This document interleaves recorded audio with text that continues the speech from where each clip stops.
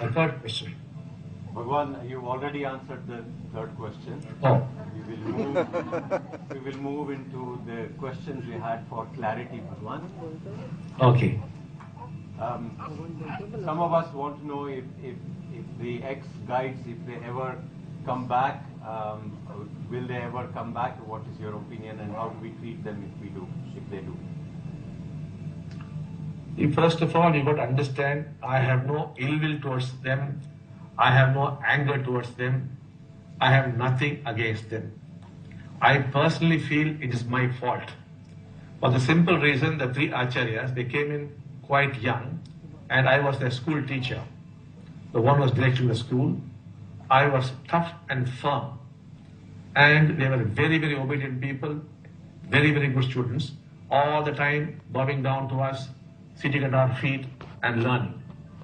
And then by the time they finished grade 10, I had become Bhagavan.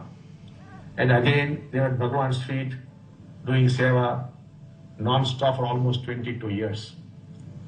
They missed out on a developmental phase, which happens to every human being when they break away from their parents, when they discover their own identity. Now, normally, what I should have done was, I should have given them a break. 3-4 years, I must have made them into a parivrajak, go around and enjoy the world and come back. That's how it's normally done. But I do not know, somehow I made a mistake. I missed out the parivrajak part. So they were never allowed to come into their own, because I thought everything was fine. That was the mistake I made. But they must break away. They must discover their own identity. It happens with your son. It happens with anybody else. The most crucial phase, I missed out. When that happens, generally by 34, 35, it comes out with a bang.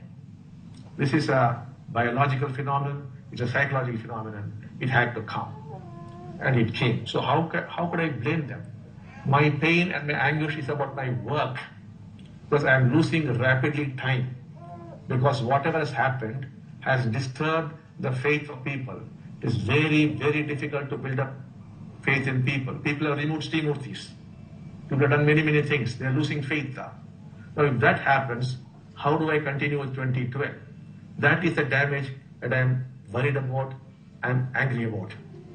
Something else would have happened, I have no problem, because over 120 people have left her. And they are all settled in life. They're taking up jobs. There was an acharya. This was the first time acharya left her. 3 acharyas had left earlier. This isn't the first time at all. But this time strange noises are being made. And one acharya, for example, very young, she finished her grade 10 at age 13. He said, Bhagavan, please allow me to the 10th year. I said, fine, do it. 13 years. 14 years or so she remained with me. Then she came up to me one day and said, Bhagavan, I want to go out into the world, study, experience the world. I said, okay, fine. And she also wanted to talk with Nobel laureates, that kind of thing. 14 years, no academics. And then she goes out. And then finishes +1, +2, finishes engineering, then applies to Berkeley University. And they ask her, what were you doing for 14 years without studying? She says, I was a oneness monk. And you know what Berkeley says? We will admit you straight away into a PhD course. And she's raced through her course. And there are people that took up a big job, finished her MBA, and now holds a very good position now.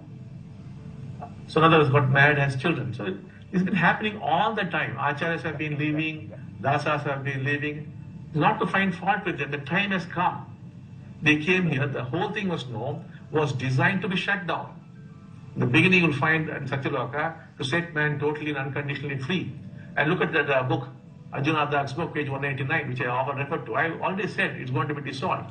Talk to all the old coordinators around the world. They will tell you, Bhagavan had already informed. It's going to be closed down. Now, how do you close down? Take young people inside.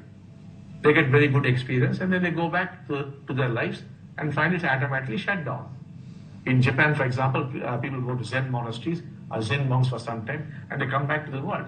Those are the ones who win the Nobel Prize. So they have got very good training, they are quite sharp, they can do very well in the external world.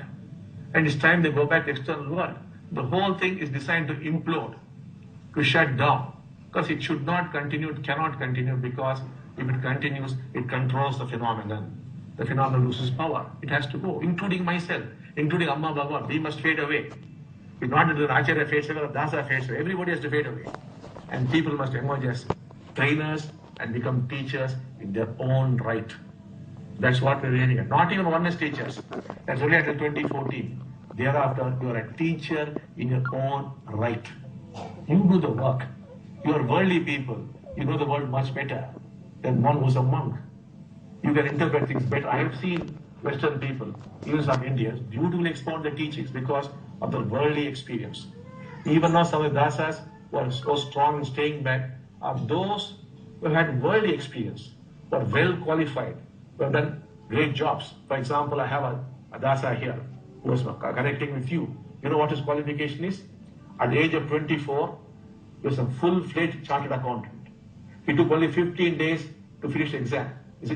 One day he said, Bhagavan, I would like to become a CA. I said, go. 15 days he prepared as a CA. At the same time, he finished cost accountancy. At the same time, he finished the law course. At the same time, he became a full-fledged company secretary. All four by the age of 24. And tremendous experience in the world. And he's rock-like. There are people who have been bank employees. They are rock-like. There's one who had a divorce and got married and divorced. They became a monk. So they have got worldly experiences. They are the ones who are very, very strong. Similarly, you have worldly experience. You will make excellent teachers. It must be passed on to you.